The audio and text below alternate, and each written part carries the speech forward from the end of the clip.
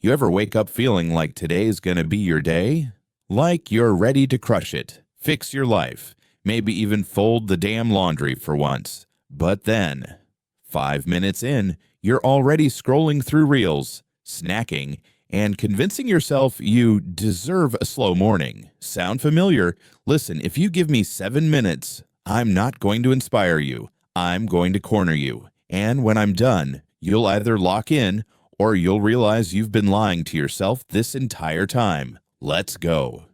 You're not the problem. Your system is. Let's kill a lie real quick. You're not broken. You're not lazy. You're just running on a system designed to fail. You say you want to read more this year. Great. But you sleep at 1 a.m., your desk looks like a war zone, and your phone is practically glued to your hand. You think that's motivation. That's you trying to run a marathon with weights strapped to your ankles and blindfolds on. Motivation isn't enough when your environment is begging you to fail. You don't rise to your goals. You fall to your systems. Change the system. Move the phone across the room. Set the book on your pillow. Make failure inconvenient, because until you do, your goals will always be optional. Motivation is a one-time battery. You need to be on the grid. Let me guess. You watched some video last night that made you feel unstoppable. So you planned your week, wrote your goals, made a Pinterest board with a clean apartment and six-pack abs. And today, nothing, because you ran on motivation.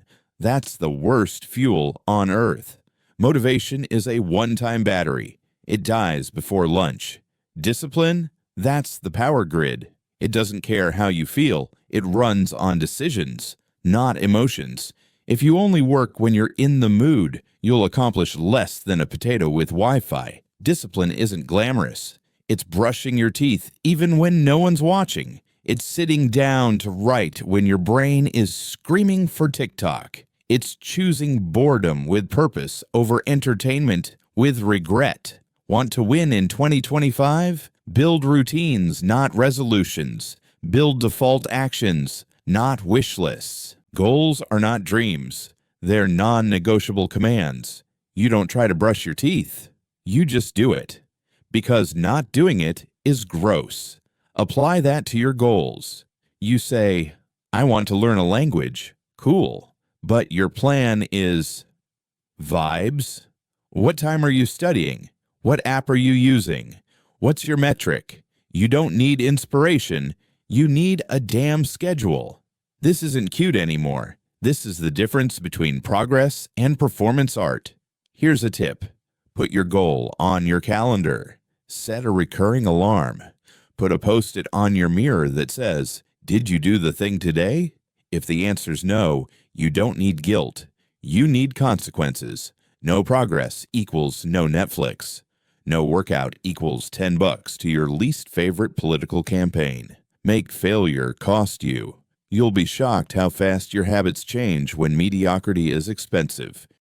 You don't need balance. You need priorities. Balance is the myth they sold you to keep you tired and uncommitted. You can't do everything. You can't be the best student, top 1% gym rat, part-time content creator, and full-time party animal, all while healing your inner child. Please, you want 2025 to be different. Pick your sacrifices. There's this brutal truth most people avoid. Saying yes to something means saying no to everything else at that time.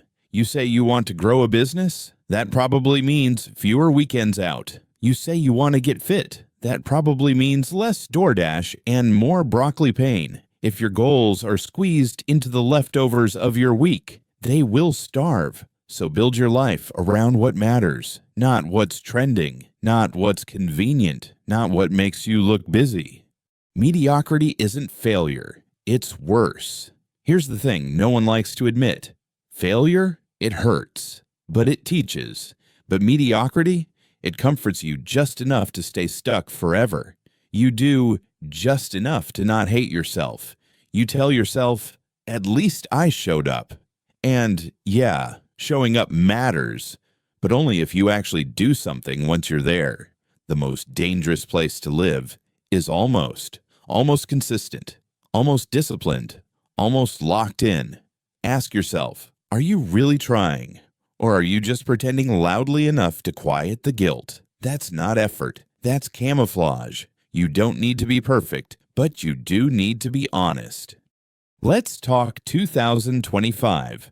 2025 is a blank document. Right now, it doesn't care who you are. It doesn't care about your excuses, your traumas, your "I'll start next week." But you should care, because you get one version of it. And every hour you burn on autopilot is another hour you never get back. You can keep hoping things magically fall into place, or you can make it terrifying not to act.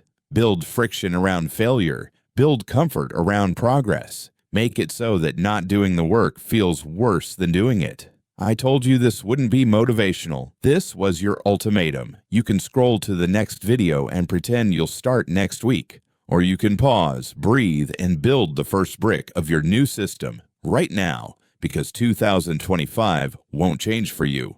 It'll only change if you force it to. So, are you finally locking in? Or should I save you a spot for the same conversation next year? Your move.